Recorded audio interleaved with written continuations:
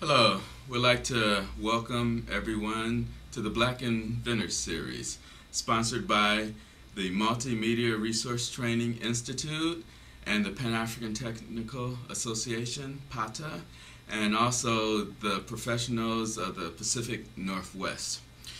Today we're going to talk about another inventor, and I'm joined again with my co-host here, Delbert Richardson. Welcome, Delbert. Thank you, sir.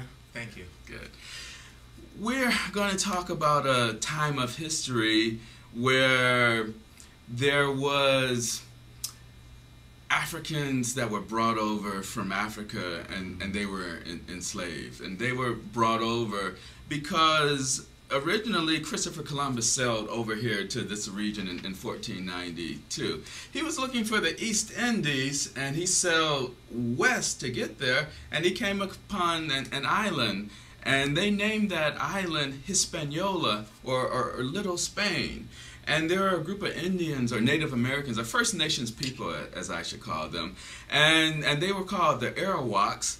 And they were wearing gold. You know, we wear, a little gold occasionally. So he saw them, wearing gold. And they were looking for gold, Christopher Columbus and his soldiers. So they tried to have the Arawak Indians go and find the gold. So they worked them really hard. And additionally, the Spaniards, they had certain diseases that the Arawak Indians didn't have, and they exposed them to those diseases. So they basically committed genocide, one purposely with respect to working them and trying to find gold, but then the other one was by accident through the diseases. So they went from millions of people down to a few hundred thousands in a short period of time. So Ferdinand and Isabella and Bishop de Casas, they ordained that they can go over to Africa and enslave the Africans to bring them over to the Americas and the islands to work as enslaved people. And one of those islands was Haiti. And then Haiti was basically a colony of France. And that became the jewel of the Antilles. And one reason it became the jewel of the Antilles is because the Africans, did, and they worked hard, but there was a lot of sugar cane, a lot of sugar plantations, and they used that to make various aspects, to make actually sugar and then to make liquor too, because you refine sugar to make liquor and rum and things like that. So some of you may remember the movie The Pirates of the Caribbean.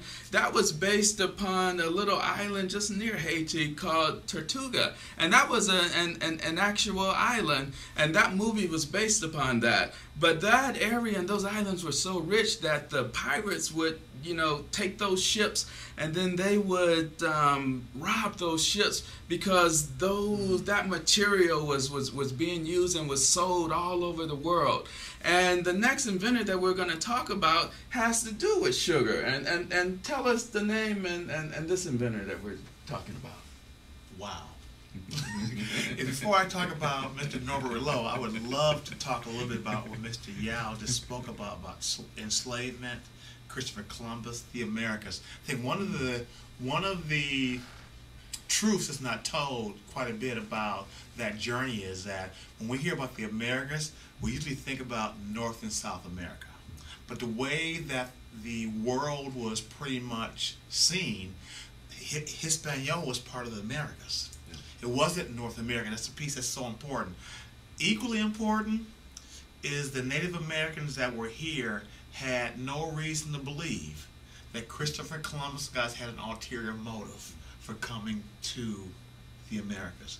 And yes, they did enslave them, and yes, they did bring diseases that pretty much wiped out their entire people. Yaw spoke about the Caribbeans. I think it's so important for us to talk about slavery in terms of Africans being brought from the native land and taken to the Caribbeans. The Caribbeans, if you've never been, if you're there now, you know it's very warm, very conducive for sugarcane and other products, other crops. England had a lot of plantations, and France in the Caribbeans. And what's so important about this is that majority of the Africans that were brought over for enslavement actually didn't go to Europe. they were taken to places where they can work. If you know anything about Europe, it's not the kind of climate that's conducive for those kind of crops. So that being said, there were a lot of Europeans that weren't even aware that England was involved in the slave trade as much as they were. And I'm saying that because as we talk about Mr. Norbert Rilieux, and he invented the sugar refinery industry with his invention, there was also a rebellion in Europe once they found out that Africans were being used for enslavement for sugar. They actually started boycotting using sugar in England as well. That's so important. And that's good. I'm glad Delbert brought that up too, because we like to stress black and black inventions, and then we tell the history, the true history, and there was enslavement, but there are abolitionists too, and a lot of the abolitionists were in England, and that's where some of our black colleges comes from. The names of some of our historically black colleges. Wilberforce University. Wilberforce was a gentleman who lived in England and who worked against enslavement, and I'm glad you brought that up because some of us don't know that. I'm glad you said that. And Wilberforce took him 30 years. 30 years to abolish slavery in England, and he was determined to do it. And that's so important that we remember that there are individuals that are white in color that had a strong conviction of not enslaving people and treating them as human beings. Exactly. Thank you very much. And we're now going to talk about Mr. Norbert Rilieux, who happened to be a Creole, and a Creole is an individual that usually has, in a lot of cases, a white mom and a black dad, or a black dad and a white mom. Mr. Rilieux was actually born into prominence. He actually had privilege. So in other words, he was afforded to go to some of the best schools and the best colleges. Sugar used to be an expensive treat that only the wealthy could enjoy. It was difficult, dangerous, and costly to make. The workers, often slaves, had to boil sugar cane and beet by hands in open kettles.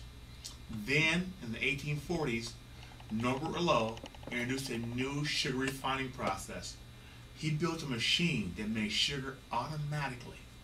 Rilieux's method was faster, safer, and cheaper. It also produced better quality sugar. Now sugar could become a common ingredient in food. The process that Rilieux invented is still used today throughout the world.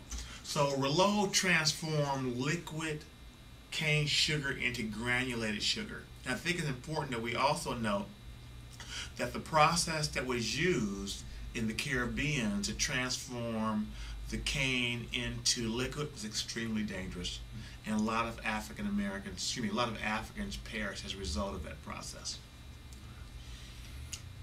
Again, the people who were actually doing the work were the ones who were closest to it, and they saw the hazards. And if you're down in the coal mine, you're going to see the hazards of a coal mine.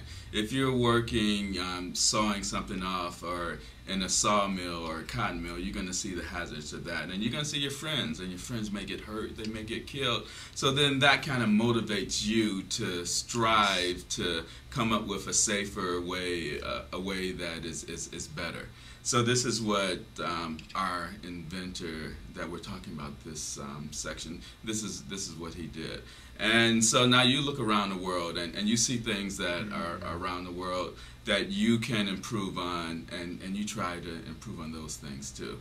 So again, we would like to thank you all for listening, and we would like to thank the Multimedia Resource Training Institute, the Pan-African Technical Association, and the professionals of the Pacific Northwest for making this segment of the Black Inventors possible.